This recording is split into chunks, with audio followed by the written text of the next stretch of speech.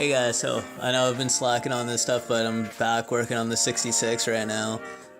Today I'm just cleaning up these fenders here. I've been working on these things on and off for a while, but trying to get them perfectly straight, get some parts sorted out for them, and just laying down some Bondo for today. You can see my first mistake before we even jump into this thing. I was supposed to take that plastic off this mixing board. Usually I mix on cardboard, so you'll see later here that I end up screwing up this Bondo by getting all this chunks and stuff in it. And also mixing with a dirty wooden stick didn't help either.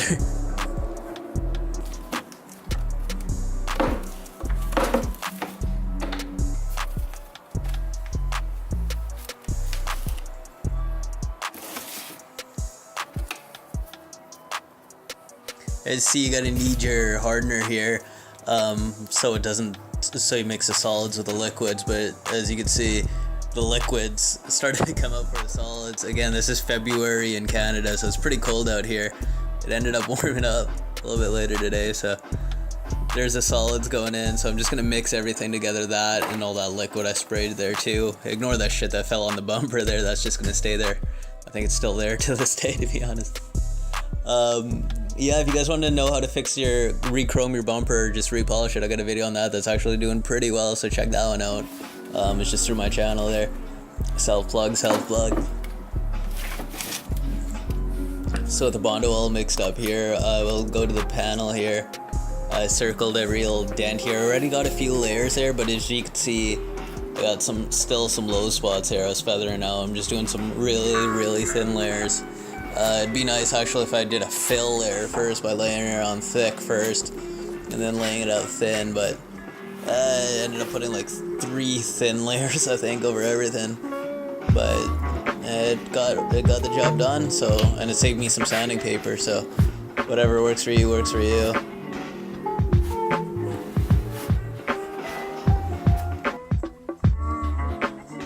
This lower section of this fender, this thing was dog shit. Somebody definitely hit this or whiskey dinged it or something, I don't even know. So this took a lot of, you see that whole thing is probably just really thinned out Bondo there to make that shape. And then I got some pinholes, some low spots that I again circled here. So I'm putting a thin layer on every little circled section.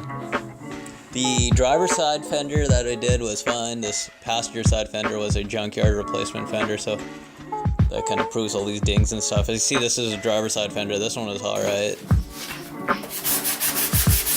So here I'm just block sanding everything in a crisscross motion using 80 grit. Sped up the footage a little bit. Just trying to get everything nice and even here. I'm just running my hand over it to double check that everything's flat. It's gonna get probably a layer of filler primer over everything afterwards. Just to ensure that everything's kind of straight here. This is just going to be a driver, it's not going to be really a show car, so I'm not going to use a high build and spend days blocking it, but I still want it somewhat presentable.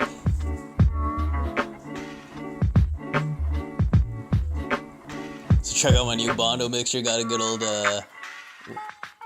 drywall trowel here, so using that instead. Normally I mix on cardboard and then people get mad that you mix on cardboard, so I don't know, this thing ended up being a headache as well, so this is a final layer, just filling again those low spots that I really should have filled up high when I started off, but the edges are all feathered out pretty well.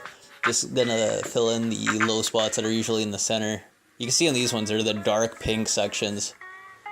And you see me making a mess everywhere. I was just mad at myself by the end of this one here, so just filling in the centers.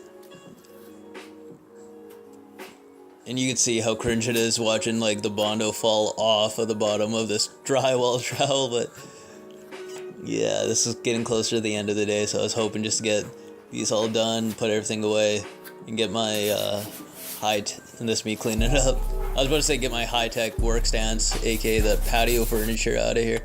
Okay, this is Bondo round 2 or 3, just putting thin coats, that way I'm sanding it out nicely.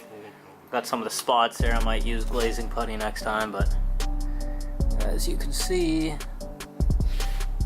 one step getting there nice and true. This fender right here, this one's pretty straight. I did a few of these spots here, feathered them all out.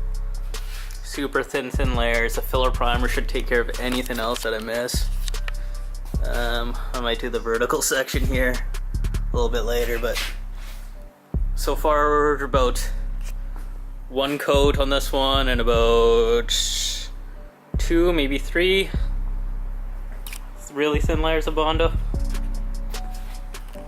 So I'm back with block sand and this stuff, just trying to get everything all even. Again, this is a process, pretty boring. That's why I'm trying to shrink everything up, just condense into this one video. I'm going to try to shoot for have everything in primer soon. I'll film that and just kind of condense everything. I want to keep something short and entertaining here, not something long and drawn out, because I was out here for 4 hours on this day shooting this, and that was like not even counting the labor I got into this. But I'm doing it by hand. I got a rotary machine, but I really don't want to use that. I just want to get everything trued by hand. Again, this took me just 4 hours of just bondoing this one fender, right? So that doesn't include all the welding I did. I also shaved the holes, etc. on this one as well. But as you can see, they're done, they're smooth. Hopefully we get primer on it, it'll be cool. If you like this video, let me know if it's entertaining or if you learned something, or if you got anything to help me out here with, to help me work further, faster, get stuff done, you know what I mean? Thanks for watching. Click like if this video at least kept you entertained. Hit subscribe if you want to stay forward to the 66 Mercury build. Thanks for watching. Bye.